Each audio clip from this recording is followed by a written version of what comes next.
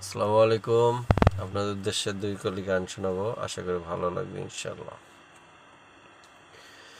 প্রেমের মানুষ প্রেম ছাড়া বোঝে না,